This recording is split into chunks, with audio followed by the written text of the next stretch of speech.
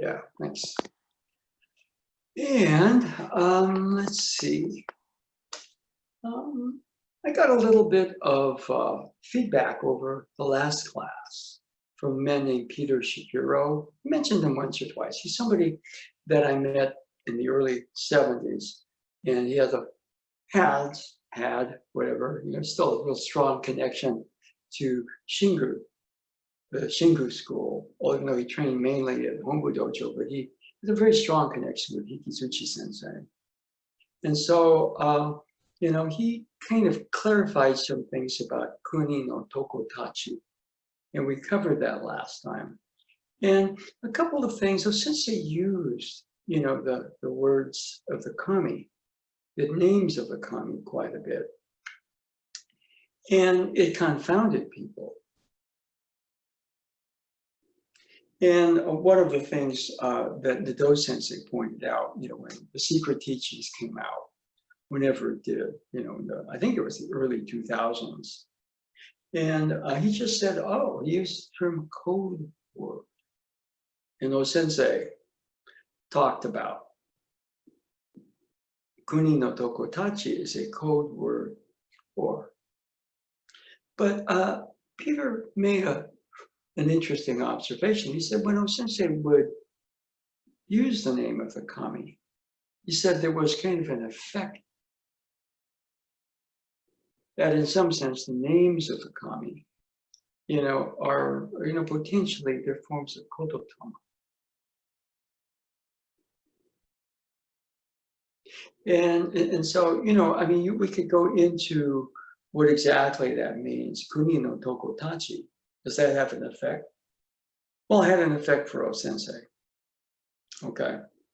And vibrational. I know that in Shingu, we did, the Shinkokyu movements, and, when we would do the Furutama, which is this up and down motion against the tummy, it were 3 times. The first one was Amaterasu Omikami, and that's the sun goddess.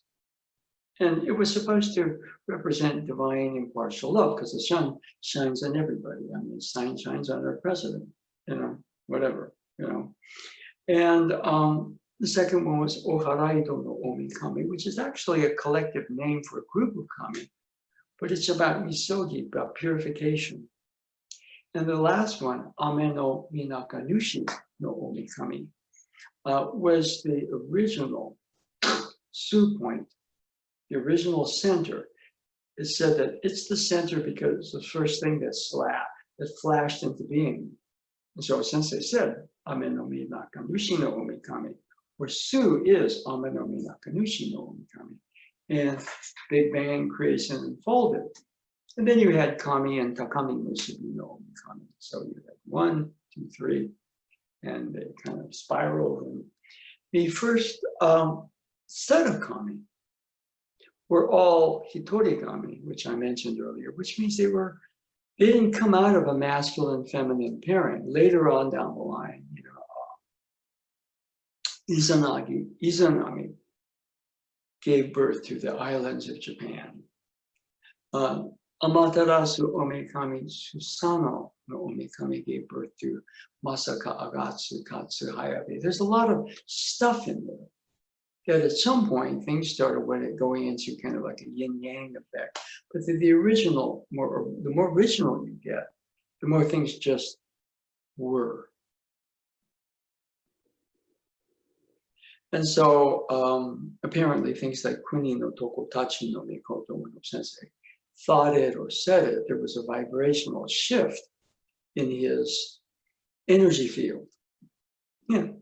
And that vibrational shift in his energy field would have a manifesting effect here in the physical realm, Genkai. Now there's the Yukai, which is the hidden realm. Okay?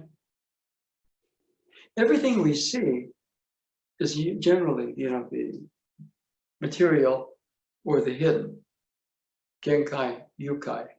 When something happens that you have never seen before, it kind of takes your breath away.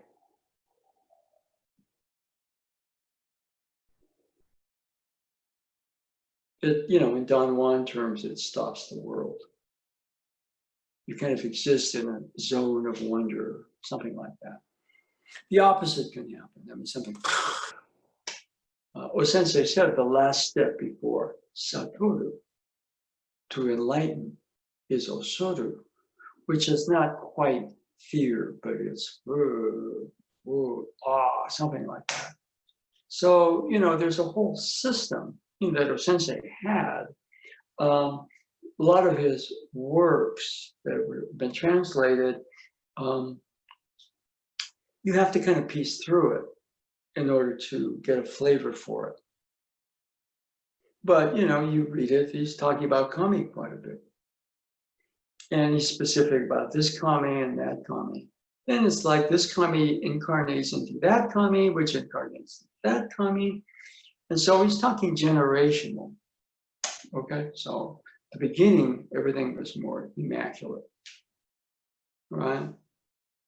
I mean, I think in one of the second, you know, like trilogies, which was the prequel, you know, Anakin Skywalker's mother, right?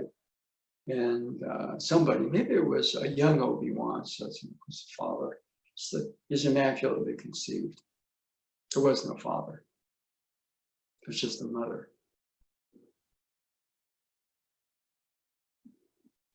And one of the things that I also found interesting, because I went online, Kuni no Tokotachi. Well, because Kuni no Tokotachi was, it just flashed into being. What gender was it?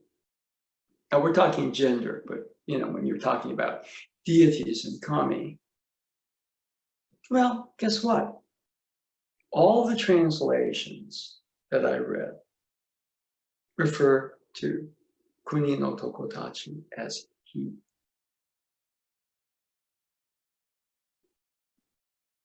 But in what we read last time, let me put this on there.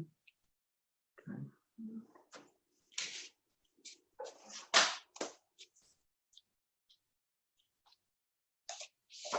Oops.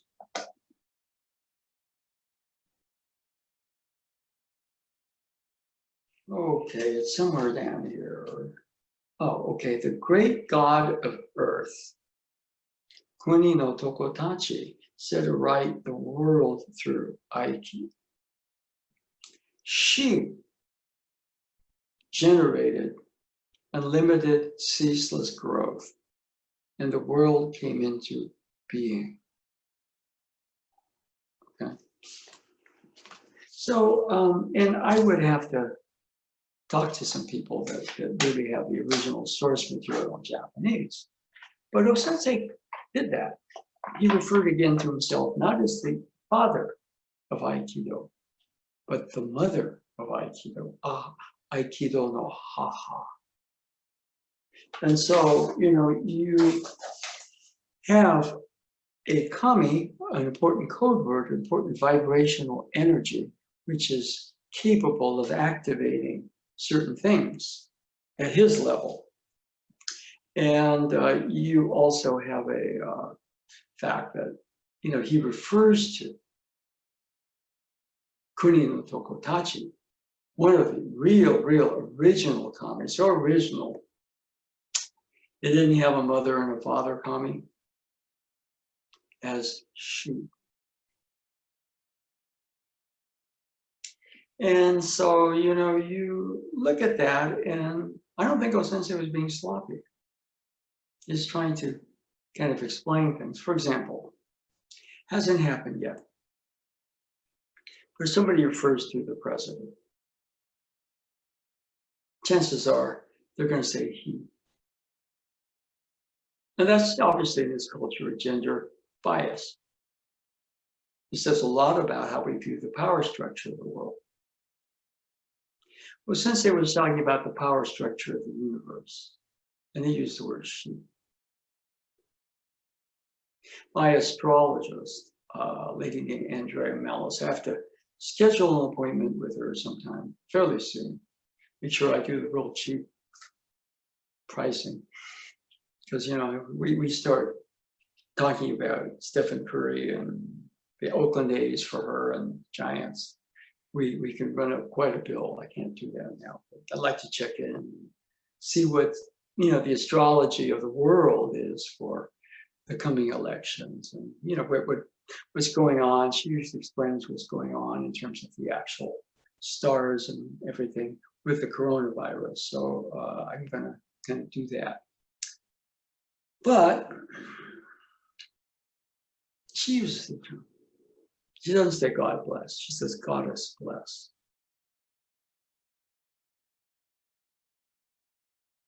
So we're, I think, going through a real transition that a lot of the world has been. It's political, economic power structure, social power structure has been very masculine based. And feminine. My understanding is that Carl Jung was very excited when you have the Father, the Son, the Holy Ghost. There's the three aspects that are very masculine. But all of a sudden, he found this energy for the Virgin Mary. And he was excited. Why?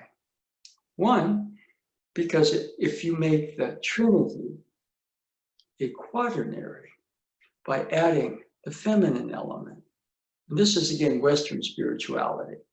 This is not Eastern spirituality at all. And as you can see right there, it's not O-sensei at all. All right? And also, you go from 3 to 4.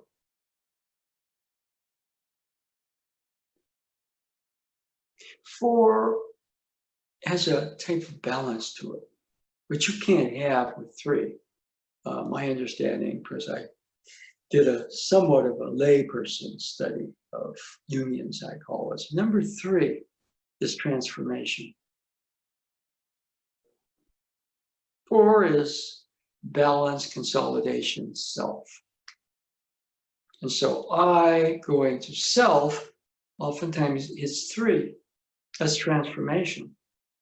Well, since it's alluded to the fact that the whole universe is undergoing a transformation or a growth. And since we come out of, so are we.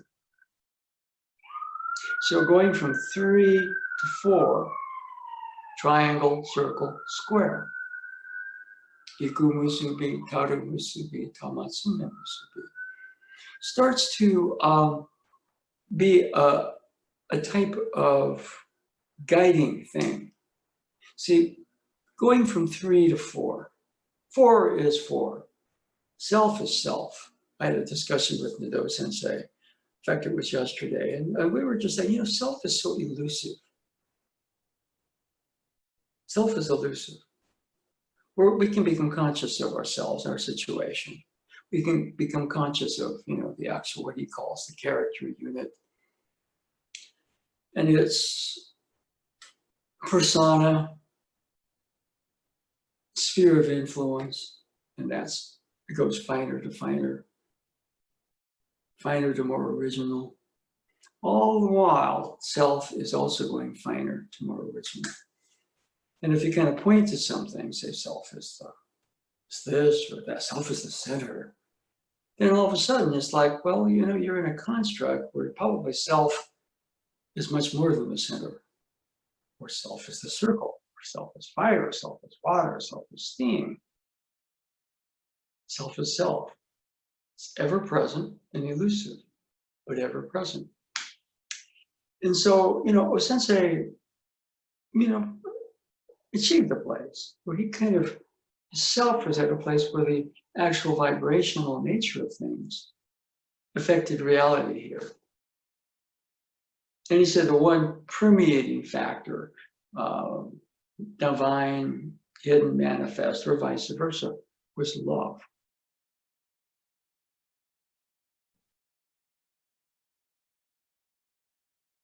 And so, the Aikido is a very important thing. And since I did the thing last time, been sort of in correspondence with Mr. Shapiro, and he kind of made a statement which I somewhat agree upon with, whatever, is that a misogi can't be taught. You can teach ritual. You can teach what misogi is. But misogi is going from I back towards self. Self is ever present, okay, but it's elusive. So we oftentimes will reference, who I am, what's around me, what's my sphere of influence or my environment. As that goes more towards its more original, then what you kind of get is you get the self also. And if you say, oh, self is that, by putting a label on it, you name the nameless, it's not the nameless, that sort of thing. And the misogi is interesting because if you go from 3, which is transformation, to 4, which is self, that is that is misogi. Misogi is constant transformation.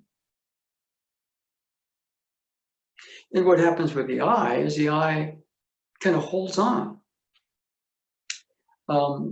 We perceive the world through our 5 major senses, or sensei added the 6th.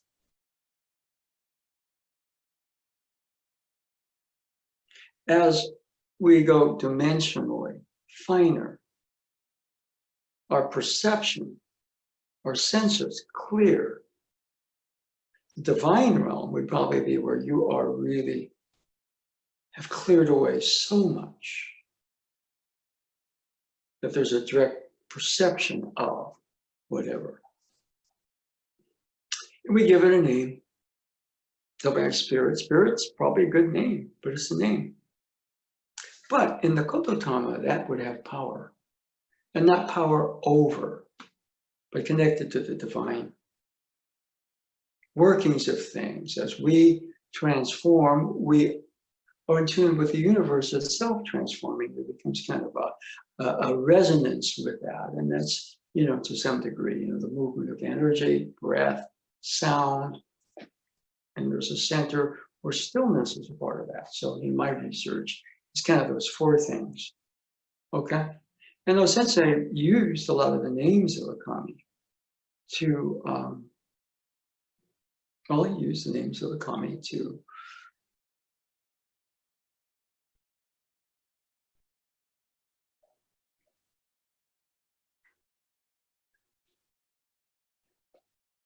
vibration, activation. Conversely, activation, inner activation.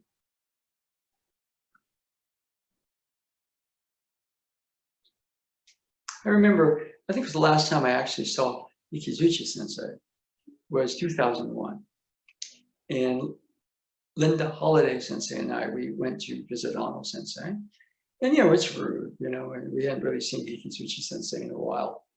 And so the 3 of us went to visit him. And it was very cordial. Hadn't really seen him for a while. Ano Sensei kind of looks at me and says, even Jack's getting some white, which means we hadn't seen him. He hadn't seen me in a while. I got more white now. But he was there, and he kind of used the word kami somewhat. He did this with his hand.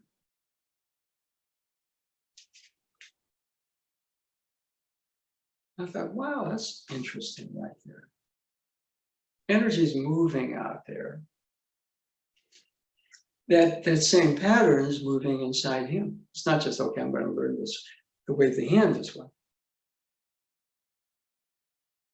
Or conversely, kami-sama energy pattern moves inside him, puts in confluence, energy moving out. He used the term. It was a spiral movement of the hand. Interesting. Energy field, resonance, here, there, here. When you're in that particular state, you're breathing too high. It's almost like that in your breath, not so much your breathing, but in your breath. You kind of get, you go the other way. Other patterns of movement.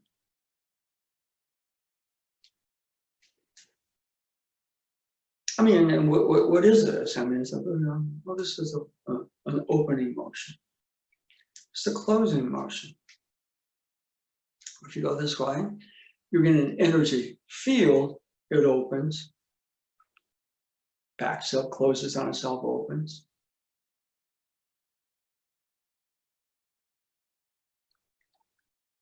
And you're kind of in a stillness. And your breath is kind of creating kind of the background for the energy. The shape of the hand is like the front of a ship going through the ocean. Okay? So, there's a whole energy realm. Okay? Now, how does that equate to what he calls the divine realm? I think they're very close. When I'm locked in an eye, my senses are clogged. I look at my tablet feed and think about the president and I'm just gone. I posted something with a scathing thing on Facebook, and somebody wrote a comment saying, "Stop talking about him." I thought, that's a point right there. It's like, even if it's like, I think it's stuff that people should see. My senses are tuned to all that out there when I'm going like that. So, and it's possible. I'm going to escape from all that. I'm going to go into another dimension where that's not what it's about. There's a clarity where you see that. You see yourself in relation to that. And that exists from level to level to level. And transformation is sometimes rocky. There are obstacles that come in your way. And right now we're running into the coronavirus, we're running into the political mess, we're running into the economic chaos. Racial tensions, social tensions are just like this. So, what are we? Well, using archetypes. O-sensei used the Kojiki. I tend to use superhero comics and movies. We're like the Avengers. After Thanos is won.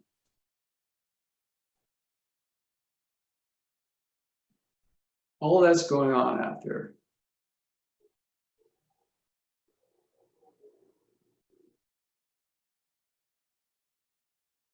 Oh, Captain America, what's he doing? Well,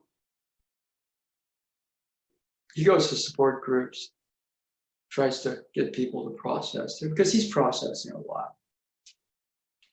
What does Iron Man do? Well, he just kind of retires, goes to the country, starts raising a family. And the rest of them, they kind of do their own stuff. And some of them extreme, like Hawkeye. But, it's almost like if you were to really kind of put this in perspective, what is the coronavirus?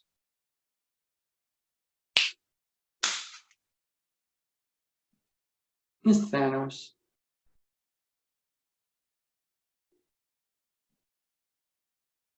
And, the Marvel Avengers, they're kind of like gods and goddesses.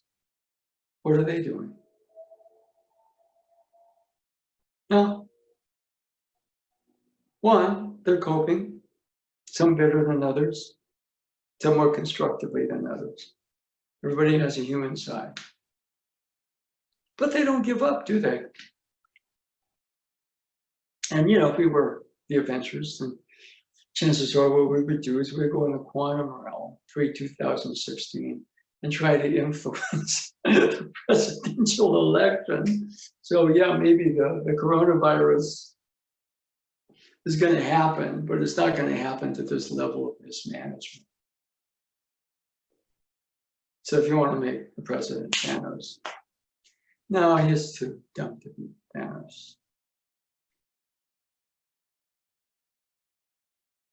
He's one of the people who helped Thanos out. He doesn't, whatever. So anyway, that's about it. I think we're going to go in the other room and kind of move a bit. So anybody with a question? I know that's kind of my realization today, because I had a long conversation with Professor Bunch, the jiu-jitsu instructor, and we were commiserating together. So, you know, I thought, yeah, actually, you know, this is actually a lot like Avengers Endgame. The coronavirus is the snap. We're still here. The world's been altered substantially. Okay, not the same world. Okay, so we're going to go in the other room, but anybody with a question, sometimes you got to look at things archetypally, because, you know, you have to deal with the actual of it. But, you know, I mean, you know, it's funny. Somebody said, well, who are you? If I had to choose one of the Avengers, and I said, you know, I'm Captain America. I'm a support group, trying to help other people through their stuff. But, you know, who would you be? David, who would you be if you were one of the Avengers? Snapper car. Snapper car. No, you have to be one of the big 4 or 5. Oh God. I know. You got to step into your god or goddesshood. See, I was shocked. I said, well, I'm Captain America, right? You know, I mean, I didn't think I was Captain America. I said, no, I mean, actually, you know, in terms of what I'm trying to do and everything, I'm Captain America, right? I'm not Iron Man, right? Cliff, which of the Avengers would you be? I think I'd like to be Thor, but I'm afraid I might be Bruce Banner because I'm angry all the time. No, I'm saying, what was the last part? I'm afraid I might be Bruce Banner because I'm angry all the time at the situation. Yeah, but you know, the thing about Bruce Banner and that, he's integrated. You know, he uses that time, right? You know, and he consolidates Banner and the Hulk. So, you know, of the Avengers, he might be doing the absolute best, right? And he transforms himself from somebody who demolished the city block in, what is it, the second movie, The Avengers, to where kids are asking for his autograph. So he's totally transformed. That's the case right there where you say, okay, tragedy. But he somehow used all that to transform into much more balance. I mean, Jung would love that. You know, the smart Hulk, Professor Hulk, okay? Yeah, he's still angry, but the anger is not controlling him anymore. He has his intellect to balance that anger. He's still a Hulk. You know, it's kind of funny when it goes, okay, this old version is in New York smash. He goes, okay, yeah, I can still do that, but, you know, I don't have to. Bonnie, yours is more limited, I guess, unless you can step into the masculine side of the Avengers. You're not limited to the Black Widow. Well, I think I'll step outside of the box and use the transformative, and I'll be Doctor Who. So Yeah, okay. Yeah, I mean, there was a Doctor Who season where it was the 6 segments of the Key to Time. And the Dark Guardian wanted all 6 to throw the universe into chaos. And so somebody who claimed to be the White Guardian told the Doctor to gather all 6 so that the Dark Guardian could. And the White Guardian says, you know, but I want to let you know, the Dark Guardian could appear to be anybody, even me. So you don't know whether or not the first guy is light or dark. But the whole season is him getting the 6 pieces. And the last one, I think it's called the Armageddon factor or something. The Dark Guardian's about to win. But the Doctor has 5 out of the 6 segments, so he can manufacture temporarily those 6 segments. And so he uses that to stall time. So the Dark Guardian is going to win in 10 seconds, but he can make 10 seconds an eternity because he has most of it. And so he's got to somehow work this thing where he defeats the Dark Guardian in, you know, that time allotment because he's freezing time. But since he doesn't have the 6th rail chip, the whole thing is decaying at a certain rate. So even though he's suspended time, he has to do it within a certain amount of time, or all of a sudden, you know, it'll speed up and the Dark Guardian is 1. So it's almost like before Thanos does that, Doctor Who steps in with 5 out of the 6 segments of the key to time, and we're on reprieve. Okay. Let's see. David, if you come up with something that's a little bit more, you know, one of the major archetypes. I don't know how major he is. He was an original Avenger, Ant-Man. Yeah, well, Ant-Man actually was funny because, you know, he's one that actually discovered, you know, how to time travel through the quantum realm. See, Ant-Man's funny because I think they do him much better than the comics were. I used to look at Ant-Man and say, what's his superpower? Talking to ants. He can't even fly. The wasp could fly, but he's got to ride flying ants, winged ants. And he defeated the I've always thought Ant-Man was his superpower wasn't shrinking or talking to ants. It was discovering things and making stuff. You know, all of his gadgets were stuff that he invented. Yeah. And well, was it useful to be able to shrink small? Not always, but he was always inventing new stuff. Yeah, and he became giant man to give himself another dimension, right? And the thing about in the Marvel current universe, you know, it's not Hank Pym, who's a kind of a Tony Stark type, right? Yeah. That's Michael Douglas now. It's whatever his name is, you know. And the movies were good. So, you know, in a sense, what we're doing is maybe some level what Osensei did with the Kojiki. One, we're using our imagination. Now, when I'm in that realm, my energy starts to move. And if I look at what's going on out there, you know, okay, Thanos just erased half the sentient population of the universe. Everything's changed. Everybody's going through incredible tragedy. So if somebody's lost, everybody's lost somebody. And there's a pre-snap and a post-snap world. We're in the post-snap, where we are in the coronavirus.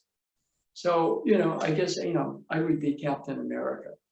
You know, it really shocked me. You know, I would think I'd probably want to be Thor or Iron Man, but no, I am Captain America. So anyway, we're going to go in the other room, and we will move.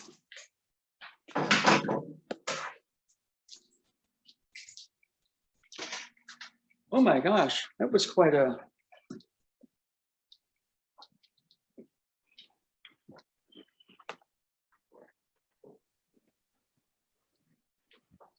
Okay. We'll shift here for a bit.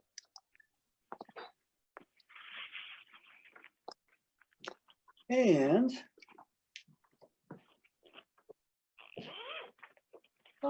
if you have a Bokken, you can use a joke for this. If the Joes are longer, so make sure you don't break something.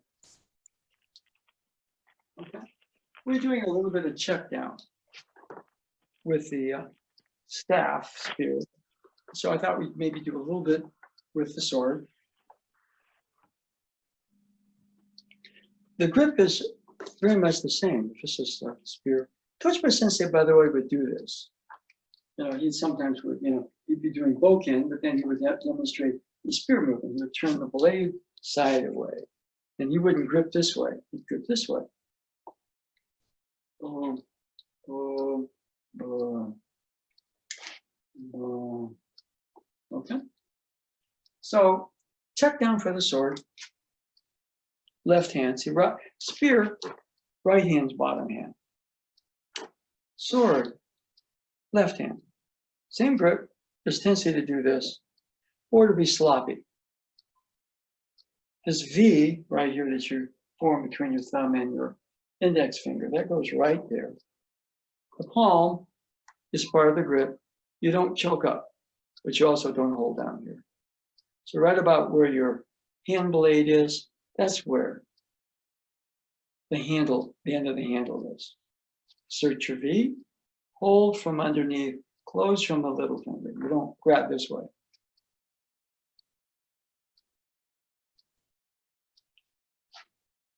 And about a fist length up, do the same thing. And this is a tricky one.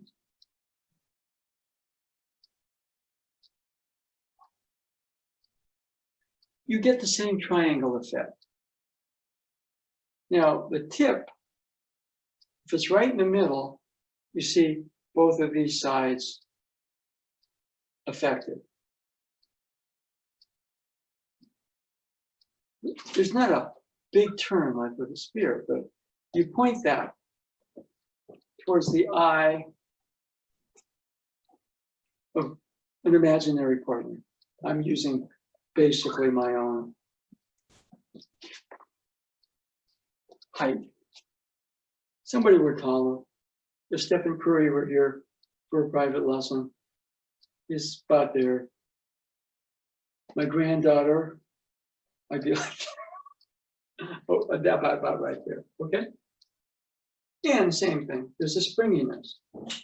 Point, right foot, face, left. The strength in the grip is your right hand. I'm sorry, your left. This is the right hand, too much power in the right hand. Right hand is not sloppy, doesn't it?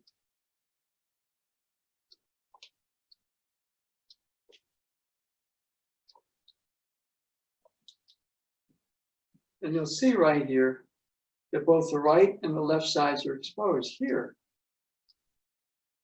I'm starting to form that wedge. See, I don't do this.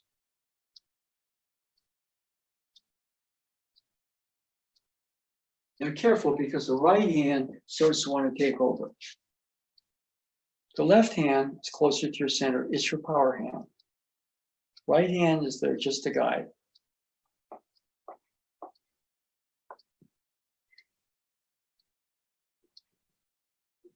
And see right here, this a little too straight. Here, if somebody comes at me with a sword, they have to come around that tip. And here it's very easy to come around that tip. A little bit of a turn.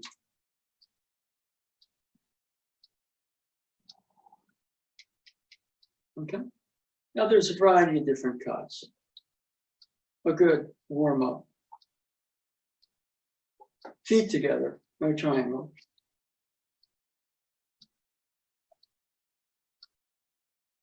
See right here, you have to relax your wrists and shoulders, like you're bonking yourself in your tailbone. And here, boom, right about level with your ankles. Not an arm motion, body motion.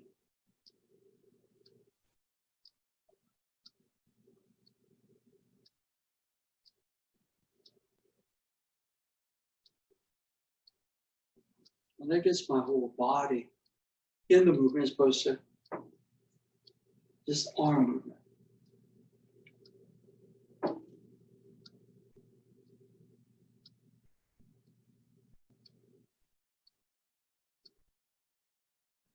Okay? And the real hard part is when you finish the cut. there's a closing motion. See the right hand, when that closing motion, see the V is here. This knuckle actually winds up on the other side. The left hand, the V, the closing motion, this knuckle, the side of the index finger knuckle, winds up pretty much on the other side.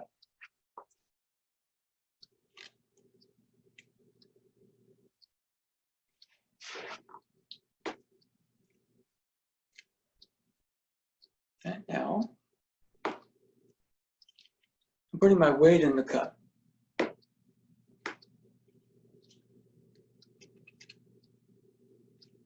Now, when you're raising, this V goes right back from the center, and this V, right hand, also does it. And that's it. You don't want to hold like this. It's too chaotic. You don't, it's like you're a golfer and your drives are long, but they go in random directions. You're not going to do very well.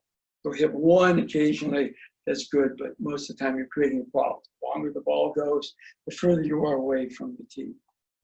Okay?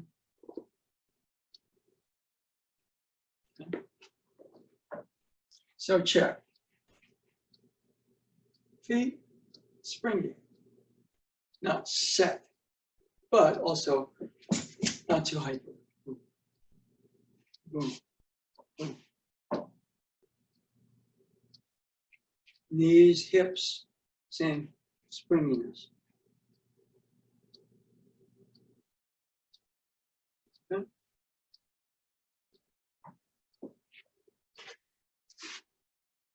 Grip is important. A lot of people hold this way, but this way makes it real difficult to get that closing motion. Little finger, ring finger, thumb, and palm. Middle index finger, don't add too much. You're holding with the palm in the grip. And then you get a natural feel of what Aikido is a very important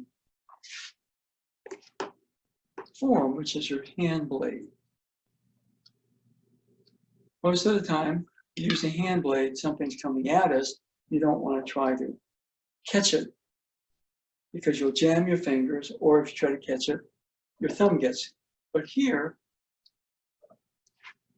this leads, the fingers are protected because they're going in a different dimension, they're going up. The thumb is protected because it's in back. It's your hand blade.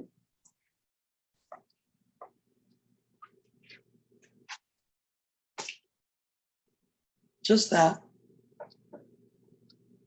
See, the sword weighs more because there's more of it to hold.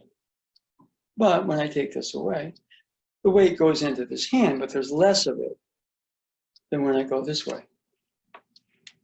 So if you could practice just keeping the V here in the middle, keeping the V in the middle, and you'll notice a weight change when you shift hands. Put the grip, little finger, ring finger, thumb, and palm. Don't let this dangle, but don't close that way, because when you close that way, it's real difficult to.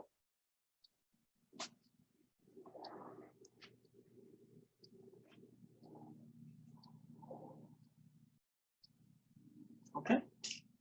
Now we warmed up a little bit.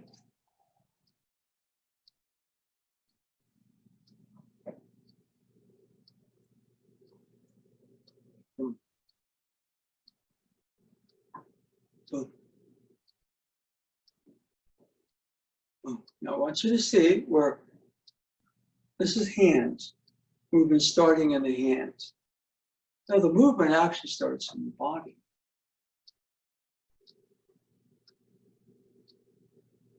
You feel the wave action, in other words, it's that springy feeling in the joints. You have that.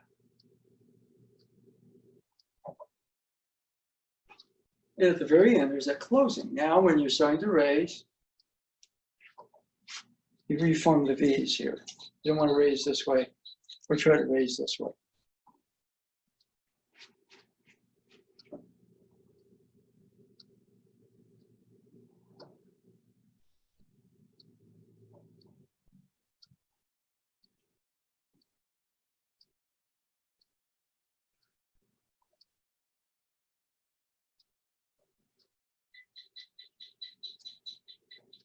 And like that, okay? Now that's a warm-up. Try this a bit. Wave action through the body. Now don't you can tell when I'm leaning and doing that. The hips are ball socket joints. They allow an easy, natural motion.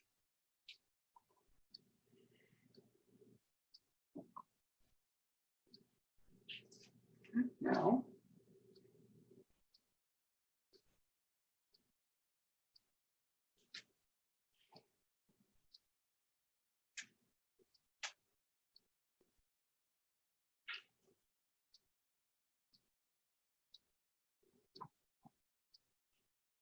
here, this is not so much a cut that you'd be using. Okay, if you're working with a partner, that would be more like here we go, boom. Boom. Okay, but this is, just what does this do? Here I'm raising, I'm covering the face. Boom. Third eye position.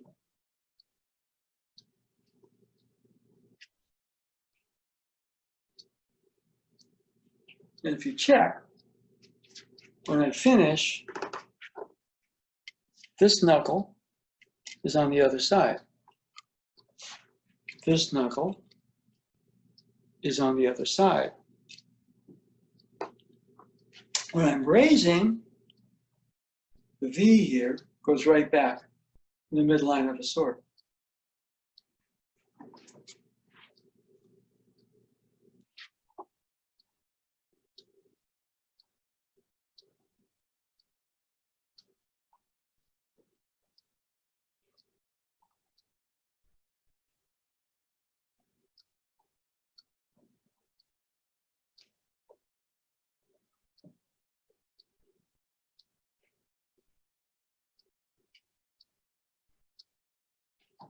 Okay? Swing a little bit by yourselves and we'll check in.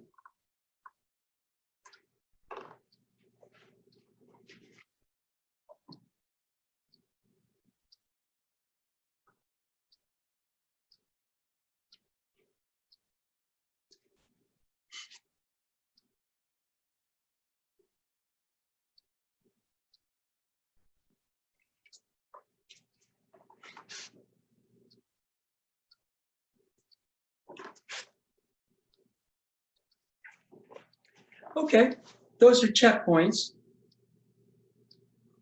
Those are checkpoints. Anybody with a question? Observation? Question? Dan? Yes. Question, when you're doing the final sync and you mentioned the index knuckle ends up on the other side, Yeah. from the pinky finger, does the pinky finger move at all or does it maintain the same grip? Pinky finger hardly moves at all, if it does. Motion is here. See, it's a spiral.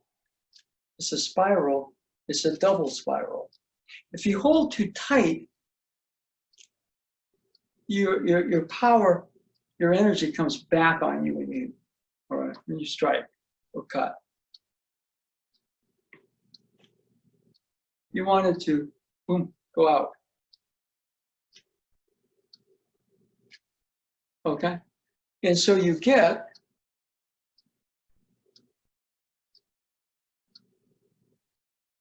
that sort of motion. The little finger, see why? Because the little finger has a connection to your hara or tanden. If it's too random, then I got to re-grip and everything. I may have to boom, boom, cut and recut. And you have to kind of get that. Now, when you're doing a basic movement, you see, you're still holding with your palm and your little finger is in that grip. And there's some in your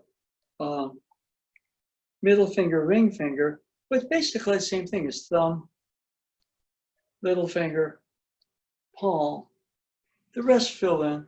What's an ikkyo? You're going to do a sankyo motion. It's the same grip. Okay, yeah. So one of the things about weapons is you can look like you know what you're doing, but you know, I mean, Stephen Curry, when he talks about shooting a basketball and shooting from 8 feet, he says, "This is where I start out. I don't start out taking half-court shots, although he might. I don't know. 10 fingers towards the hoop." You see, guys shoot this way. They're very inconsistent. 10 fingers towards the hoop. Okay? And I thought, right on. And so whether you're holding a basketball or whether you're holding a sword, now most people hold this way. But, you know, then their hand blades like that. Here, you have a natural feeling of the hand blade. So when you're unarmed, you're holding a sword. It's just your sword is your key. Okay? And so many Aikido movements are hand blade movements. Kokyu-ho. Even though it's a little different, ikkyo can be seen as a sword cut. Okay, yeah. Okay. Anybody else with a question? That was a good one, by the way. Little finger. Yeah, so when I lower the blade, I naturally do twist a little bit, but if I twist all the way to the point where my knuckle is on the other side of the blade on each hand, it feels like really awkward and like I'm about to drop the blade. Well, Like okay. any blow would knock it out of my hands at that point. Well, one of the things that's very difficult, okay, it goes back to what Sadaharu said. Baseball and swordsmanship, or Aikido sword too, would appear to be totally different. But, you know, he's talking about the closing motion because he studied Japanese sword. They helped him be a better baseball player. The closing motion. And in baseball, when you're swinging, you rotate. You twist that top hand. Okay? And O's observation. I hit the ball and I twist. No, O says, and he worked a lot of this, contact through the ball, twist. You know who said the same thing? Barry Bonds. So you're not hitting or cutting, but through, you're cutting through, and then the follow through is that. Actually, the weight of the sword, remember what we were saying? Attach a safe to a chain right at the bottom. When the chain is absolutely straight, the weight of the safe, boom. Boom. It pulls the hands that way. Now, the hoisting, the safe back up, the hands go V right in the middle again. So you don't raise this way. Tip goes first. I'm hoisting it. Now the safe goes up. Now right about here, boom, boom, boom, right bottom of the chain, boom. And there is no safe, there is no weight. Ki, however, can have weight that's not mass. It's just deeper ki weight. Deeper ki, boom, deeper ki weight. So that's a very important thing. See, I'm going to do a Nikkyo. And I tighten my hands too quick. No, I get, the person's already going down. Then I add that. It's exactly the same. Nikkyo, Sankyo, Ikkyo. If you get the timing with the swords, you get the timing with all of the Aikido moves. Believe me. That's why it's just a stupid up and down, you know, which is very exacting. But Curry said it. I start 8 feet from the hoop. I made 5 perfect. I just made, I don't, I was going to the gym. That's hard. I just would make 5. I made 5, I'm going to move back a couple of feet. But he said, I got to make 5 perfect. When he's in practice shooting threes, he says it's not just it goes in, the net makes a certain sound. Okay? And the sword, there's a certain sound the sword makes, which is different than that sound. And you see the tip move that way. There's a particular boom to the way it moves. The cut doesn't change. What changes is me. I go out of alignment, back into alignment, further out of, or I stay in alignment. The cut in his own way is very exacting. Does that make any sense to you, Cliff? I think so. So I'll practice it and see where I get. Yeah, when the actual movement comes here, it's through whatever it is and then that. It's not this and then hit, or as I'm hitting, I'm doing that. Boom. You can do this. Let it fall, close. Let it fall, close. Let it fall, close. And then you let it fall and close. Boom, like that.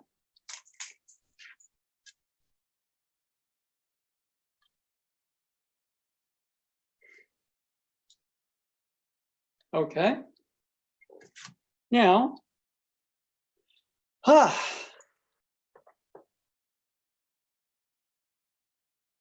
okay. Any questions or observations? Okay. So, that's what I call kind of a check down for the sword. Let's now the other cut, which is more what you'd be doing if you're working with a partner sword to sword. Now here, we can go back all the way to here. Why? Because I'm tensing the shoulders and the wrists, I have to do that. And then the arms extend, and at the very end, there is also that, boom, closing motion.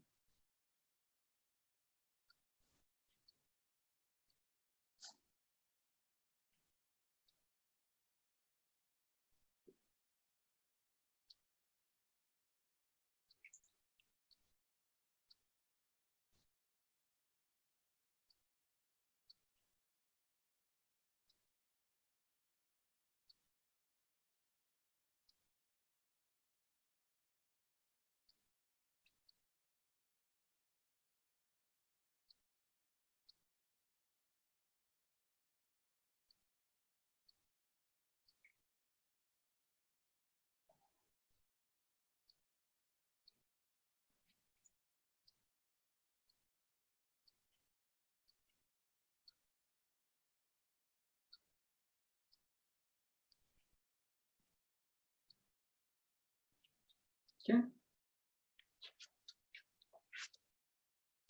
Anybody with a question or observation? We're doing, this is what you'd be doing more with your, if we're doing partner to partner.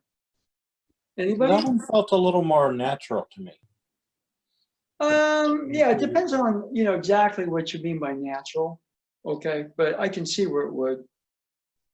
If you do the first, the one we start out, the deep cut, and you're doing it wrong, it tightens the shoulders up. But of the cuts that I practice, I do this most, boom. Realizing if I was working with somebody, boom, I'd be extending out there. Okay.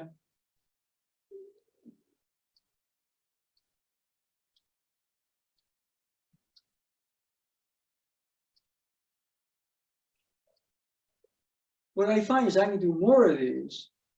If I do these too much, my shoulders get tired faster. So, but you might find it more natural for you. This is my system. Okay. Anybody else with an observation or a question?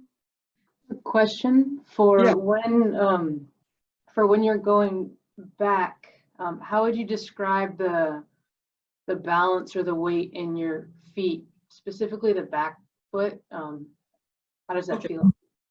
Well, for example, if there's too much of I'm shifting my weight back and then I'm going to shift my weight forward. With me, let me see myself on screen just a little better.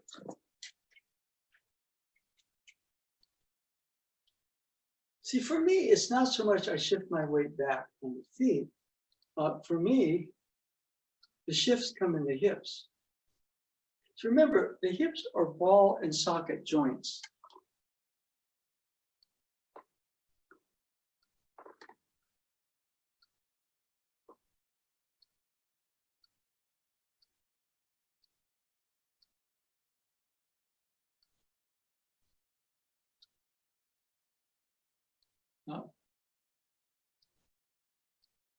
And when I'm doing this, I'm conscious of the fact that more of the weight is on my forward foot. When I do this, more of the weight's on the back foot, but it's not an extreme movement this way. That's my cutting motion.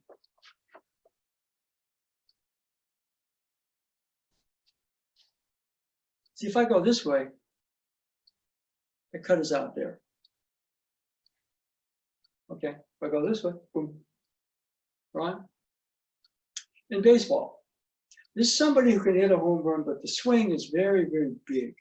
There's a lot of holes in it. And this is, I flatter myself, this would be more like what Sadaharu and Barry Bonds have. Boom. It's a very quick bat. And most people have that quick bat, they're singles and doubles hitters. But Mr. O and Mr. Bonds, boom, they had that swing and they hit home runs.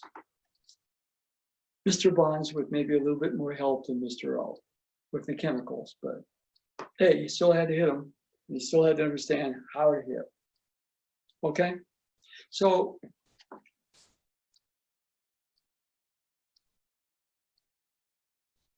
it's a different sound, which you'll kind of pick up as there's a sound when I go shifting the weight. That sound is different. And it's not just here, but it's here, feel. Okay? So,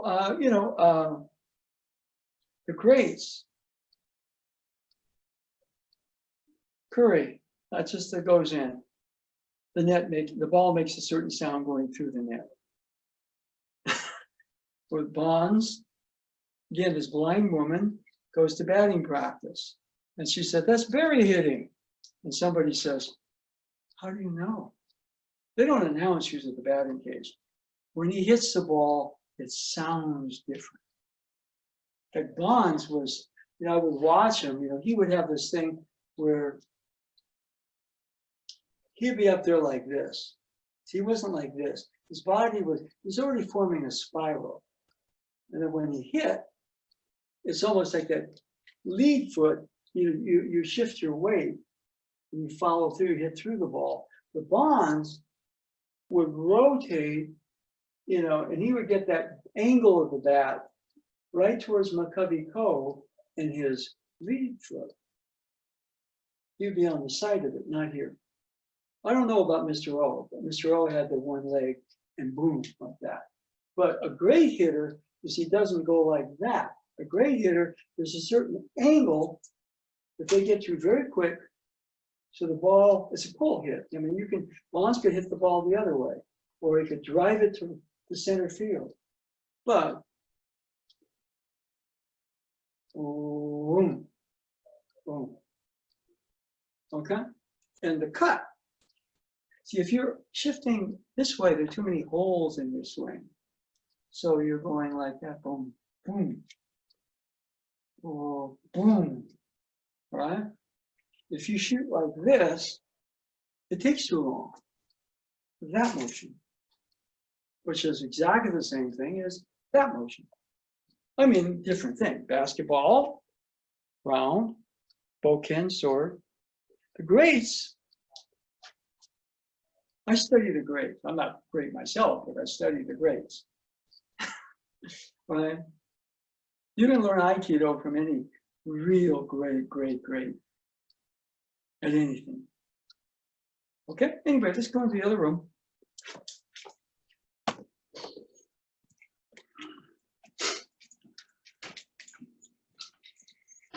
Okay.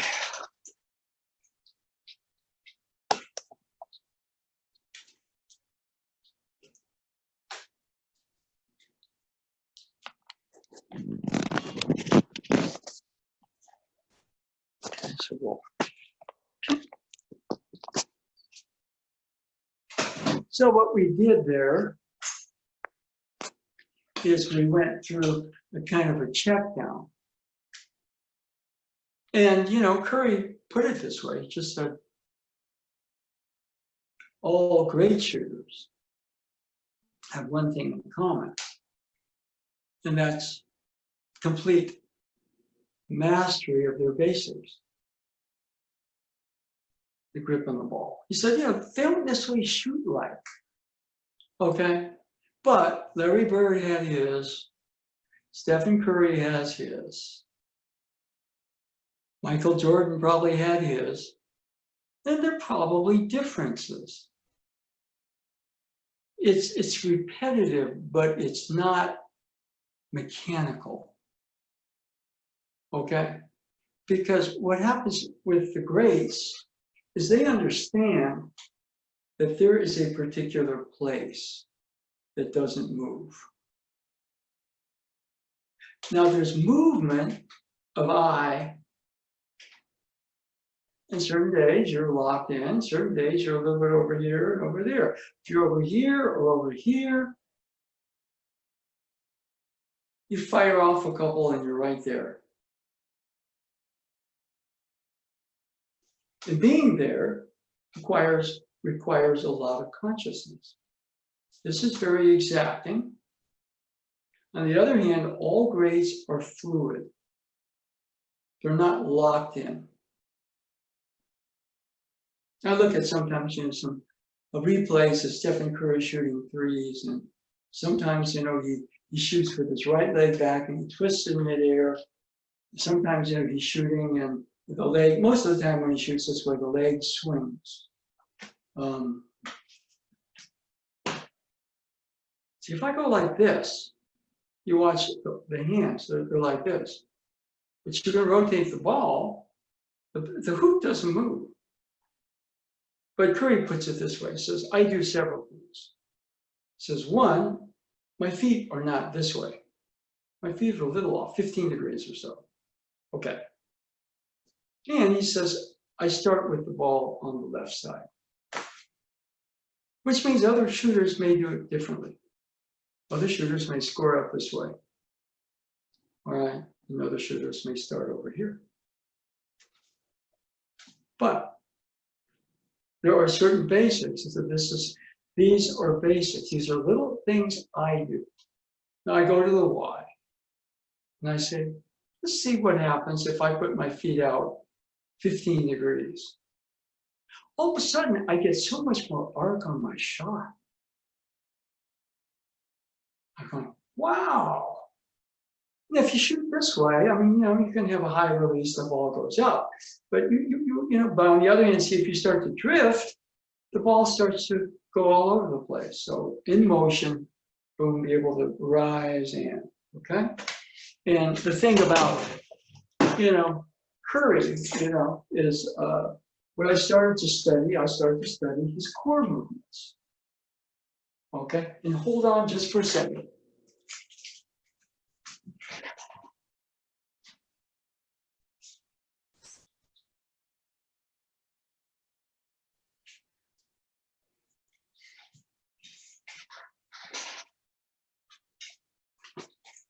Okay. Well, Sensei says something very interesting. He says, when you balance the triangle, circle, square, you achieve a state of absolute fluidity that is spherical.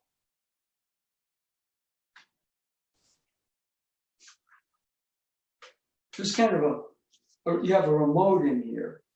The universe is like a three-dimensional, four-dimensional, multi-dimensional hologram. You go this way. All of a sudden, you're generating a spiral. You go this way, it's like, right? So if you go this way, and you're going to move in, you're going to collide with something. But you go this way, then drop low, where you go that way. You go this way, and then they kind of go on their shoulders. You have to, right?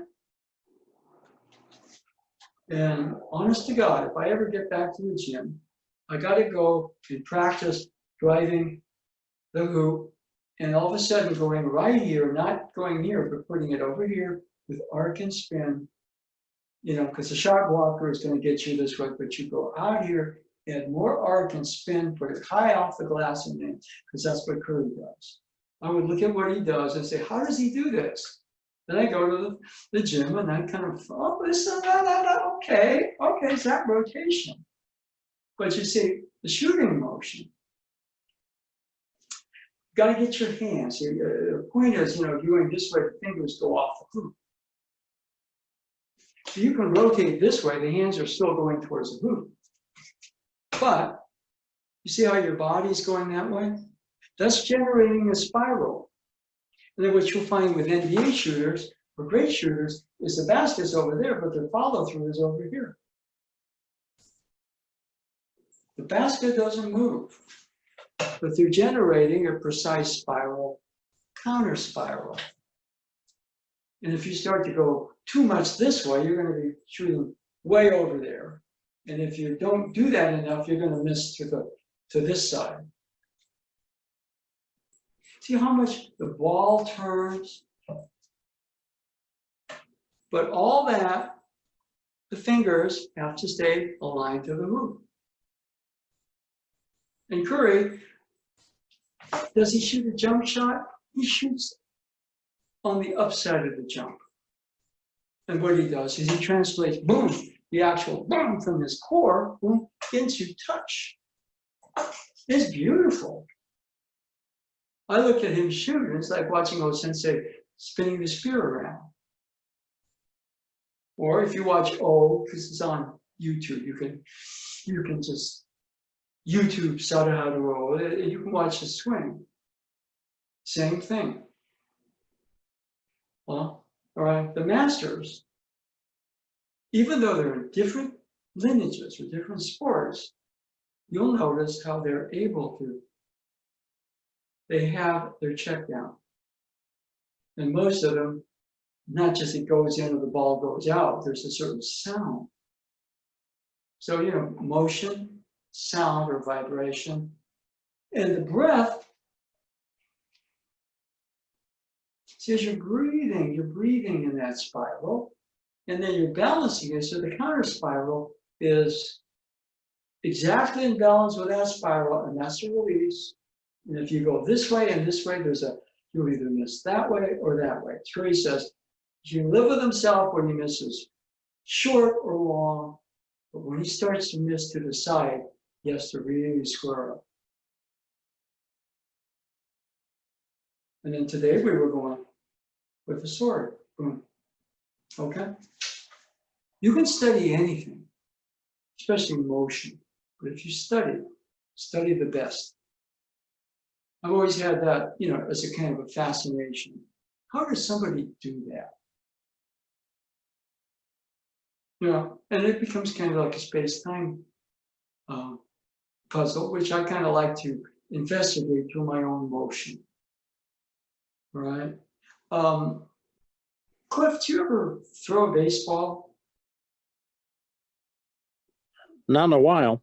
I mean, I play catch with the kids, but we use larger balls. Yeah, not something you want to do with the kids, but you know, you take a baseball.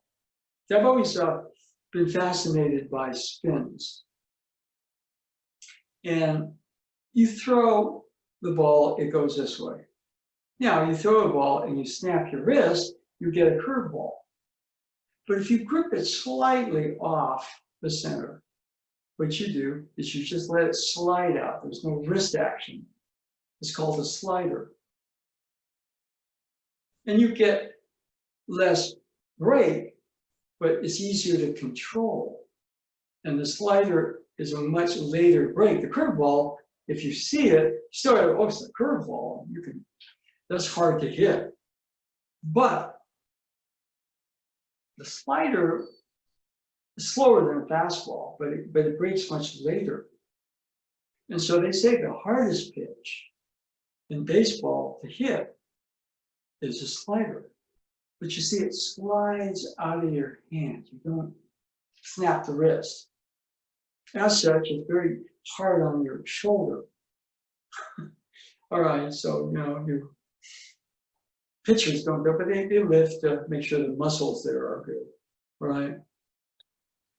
They get a lot of repetitive strain injuries. Yeah, and the thing about the actual closing motion is a little bit like, you don't really think twist. You let the weight of the safe at the end just sort of pull that there. Boom. If you go like this, you learn to hit harder. Okay, I'll give you a tip. Get something called a pool noodle. Those long tubes that kids use in swimming pools to stay afloat. Okay? And honest to God, believe it or not, you can check yourself with a pool noodle. Why? When you go like this, it bounces up. When you go like that, it bounces down.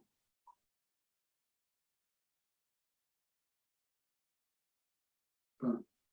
I go like this, it comes right back at my face. I hit with a lot of force, action, reaction comes back. Doesn't matter how hard you hit the baseball. Some 6'8" home run hitter from Japan, from America, Frank Howard looks at us and says, how do you hit home runs? And no said, oh, I understand the secret of the weight shift. Now, what we're saying right here, shift from front foot to back foot to front foot, there's a weight shift. But the weight shift comes out of more the central balance of your hips. And the other thing about it is you're not putting your weight into the ball, you're putting your weight through the ball. And then in baseball, you add that turn from the top hand. Sword's a little different. Here, bottom of the chain, boom. And if you try that with a pool noodle, what happens? Most people, when they close this way too quick, it bounces this way. But when you go like that, it goes boom. And then, if you can hold the sword like it's pool noodle, you'll find that you're dimensional. That's what's called dimensionality. That's how somebody coming from a finer dimension wields a sword. It's a wave. When you raise, most of the time when you raise, it bounces up. But if you can go this way, it bounces down, and then all of a sudden you cut, and it also bounces down. You're going from bounce down to bounce down. Now, I'm not supposed to tell people this because you understand it and you don't work at it. But even with that, if you have an insight, like the whole thing with the chain, the safe was an insight. Okay. But the other day, I was giving my daughter, it was a park on Saturday, and Yu Chen gave her some toys that her own daughter said, outgrown. Well, it was a pool noodle. So I started swinging on. Oh my gosh. Yeah. See, there's a difference between that, where it bounces back at you, and that, where it bounces down. Which means you are putting your weight through on one level and then closing.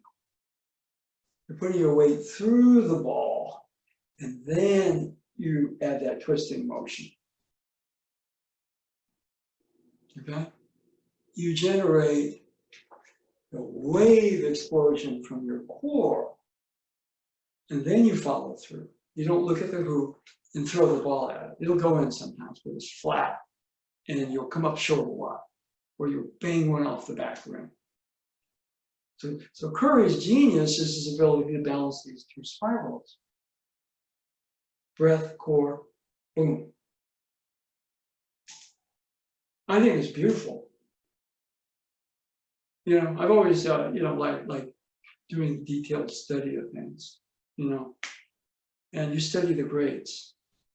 Doesn't mean you can't learn something from your high school. How much basketball did I learn from my high school coaches? How much music did I learn in band? You know, I mean, you know, playing the trumpet, I learned more in 6 weeks just trying to follow Chet Baker, you know, when I couldn't even make a sound after 40 years, than I did in 4 years of band and 3 years of middle school, going dot, dot, dot. You study from the greats. Doesn't mean you're going to be great, but you're touching greatness, and greatness starts to come through you. And if you do that, you'll kind of start to hit your own greatness. That's called transformation. So 3, transformation. 4, self. My sense is that, you know, Nado Sensei and I were talking yesterday, how elusive self is. Why? Because self is there when we're in a positive phase of transformation. You put a dot or a place mark on it, it's not self. Self is present, but if I stagnate, I'm depressed, coronavirus, income of the school dropping. I don't know what's going to happen. I get a call from our landlord today complaining about something. Okay. But yeah, that's very easy to get sucked down that down spiral. But all of a sudden you're in your own inspiration and imagination, your energies, your wheels are turning. See, for me, Nado Sensei and I are very different. You know, he gets a lot of energy from that. And I get a lot of energy basically from the whole other side. He's basically body, I'm basically mind. You know, and when I get the mind and the imagination going, I engage the body. If somebody says body, okay, that's PE.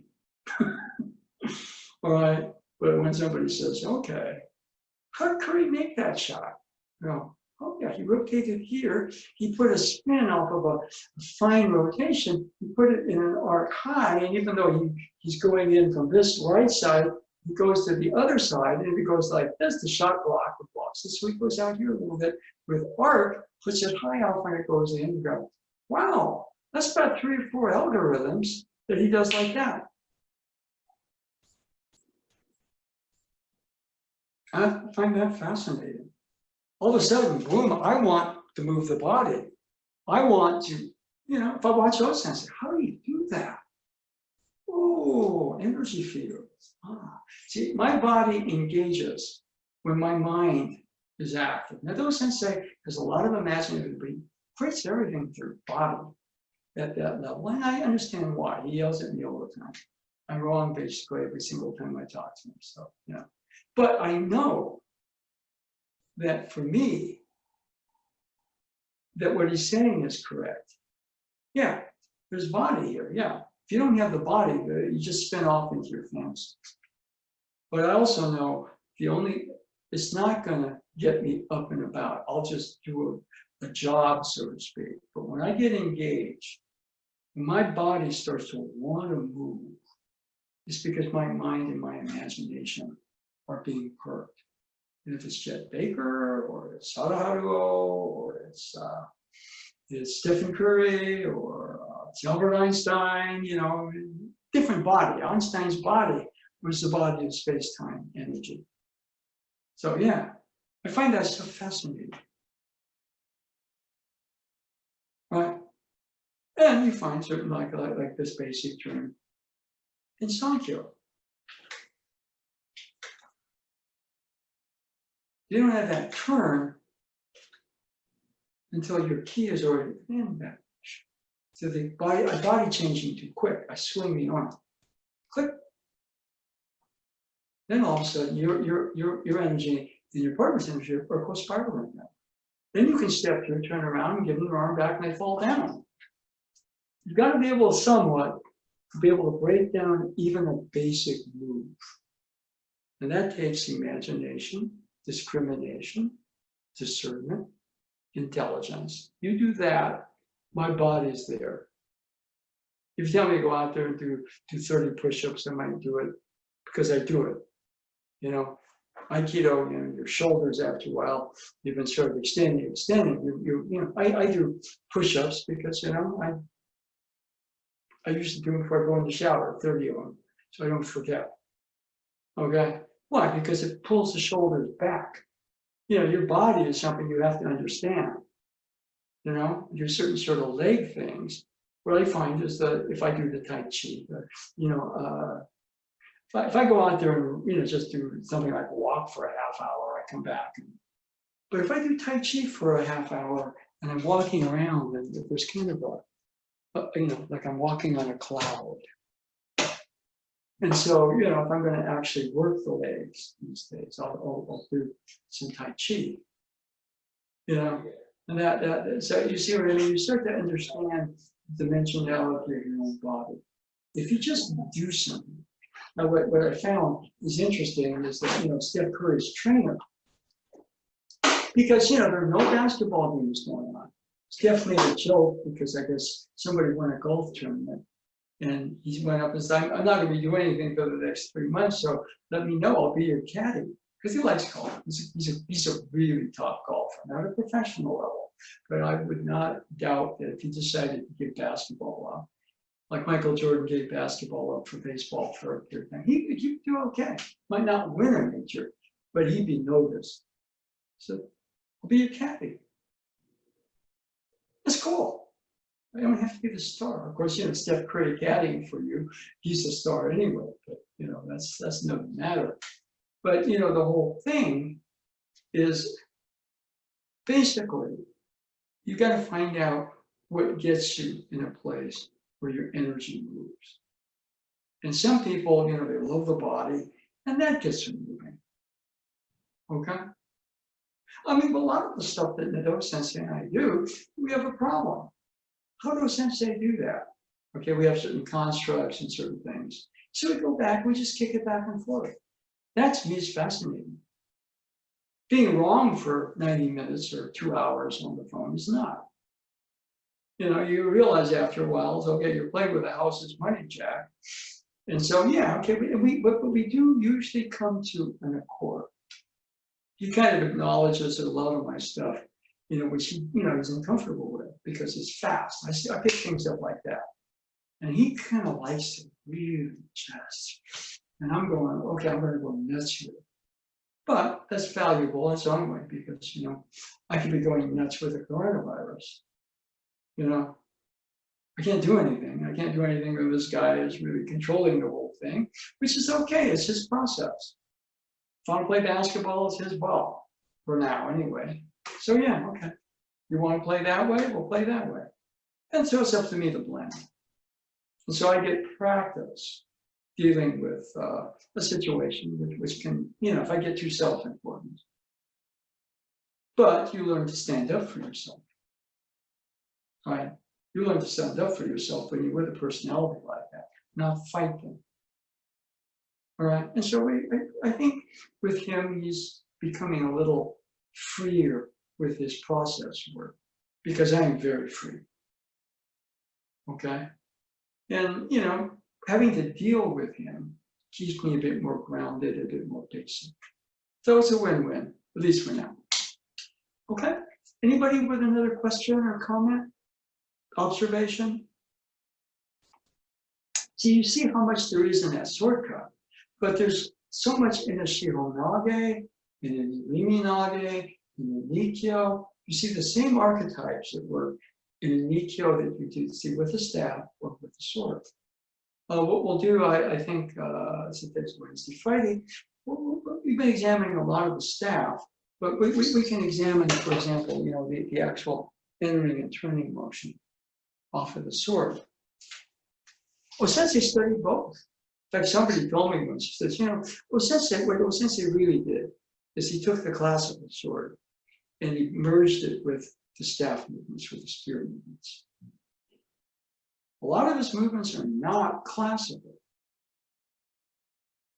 And Stan Cranon, was kind of his, the person who did probably the most research. Now, those sense they're not researching, but we research them on different levels than Mr. Cranon did. And he just said that, a lot of classical martial artists look at O-sensei's weapons work, and they're horrified or they think it's a bunch of crap. Some of the stuff he does, it makes perfect sense to me. Somebody attacks heaven open. He shows them this, that, this, that, this, that, this, that. Right? Certain points, somebody's about to attack, he creates a laser beam. In certain other ones, he creates a vacuum spiral, travels with the spiral, moves outside and turns. I mean, if you want to do classical Budo, classical martial arts, yeah, that's good. But he took that. I mean, if you, what was it? Bill Evans, great jazz pianist. He played classical for years. He played classical for years. All of a sudden, he kind of took jazz. And of course, he's much more well known, being a jazz player than he was a classical pianist, right? I mean, Chet Baker grew up with a trumpet doing swing, playing, Harry James, real beautiful, long, high, sweet song. And then, he's in Europe. He's 16 years old and he registers for the army. He hates it. But when he's over there, he discovers Charlie Parker, Dizzy Gillespie on V-Disc. In fact, I wrote a story, which I think I sent to Cliff, about which was a merging of Chet Baker's history and Michael Moorcock's Elric saga. Because they're basically the same archetype, right? When Elric is wielding the sword, he sings a song. Okay, and Baker he can cut right to your heart if you listen to his song. I was trying to explain to the Baker can take a note like this in this eternity. Or you can really fast passages, and every note is not a slurred mess or a spectacular thing. It's just everything is precise. And so, you study the greats. I mean, when I study Miles Davis, he's a great, I don't listen to Miles very much. I mean, I could listen to Coltrane, I just listen to Chet. Because there's something, about him and me. Well, he's a trumpet player. Of course, Davis was too, but there's something about the fact the guy didn't know what note he was playing, what key he was playing in, and yet he did it. That really attracted my quote-unquote imagination. So, again, what gets my body moving and my energy moving is something or someone stimulates that. You see? So you've got to find it for yourself. Most of you that are on this feed are similar. All right? I'm a mind person. The Dao Sensei is a body person.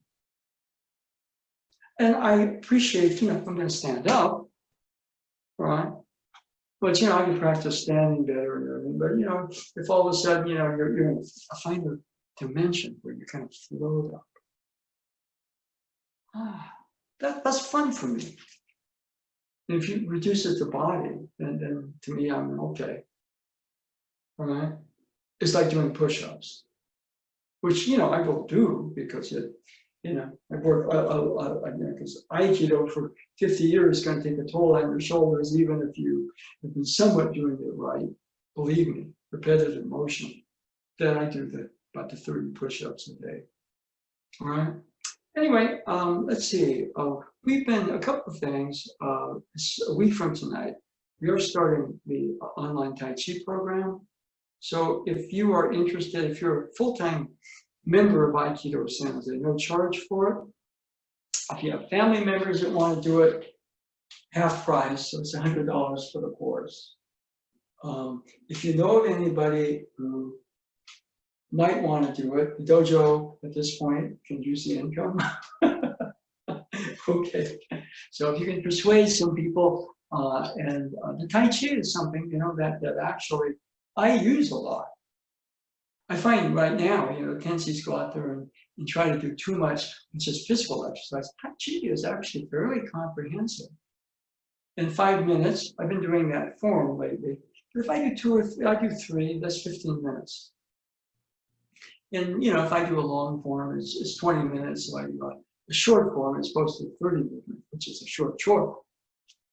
It's 10 minutes, but I can do I'm way between here and there, I can do a 5-minute, 30 movement form. It's precise. If I want to do more, I repeat it a couple of times. If I'm afraid I'll go do this one section of the long form, just to make sure that you gotta keep prepping it. Okay, so the Tai Chi, we'll be doing some of the work we did with breath, calm, and the emphasis will be the well-being nature of it. So if you know of anybody you think might be interested in it, let them know. What I'm going to do is cut and paste. I'll put a poster out. I'll do a dojo mailing. I'll repost on Facebook. So that's an important one. Also, I think Sunday the 23rd, there's a CAA area meeting, which will be online. But the day before, which is Saturday, and most of the time, especially in February, we're scurrying around to clean up or get ready for that event on Sunday. But there might be just a little bit of thought to have kind of like a 11:30 to 1, make it kind of a social. Dojo members check in, we eat lunch together, talk to see how everybody's doing. That seems to attract interest. The classes don't so much, for whatever reason. I think people watch them online. But it's just one of those funny things. I talked to Dave Goldberg from San Diego. He said, yeah, the outdoor classes and the online classes, they're not the same. See, I like the online. I like the actual dojo training, obviously, but we can explore screwier things, which I like. Maybe it's too screwy for a lot of people. I don't know. But anyway, I'm gonna get going. I've got to take care of a couple of things this afternoon. So I thank you all for tuning in. Thank you, Sensei. And take care. And David, we're cool with Monday? Yes. Okay, thank you.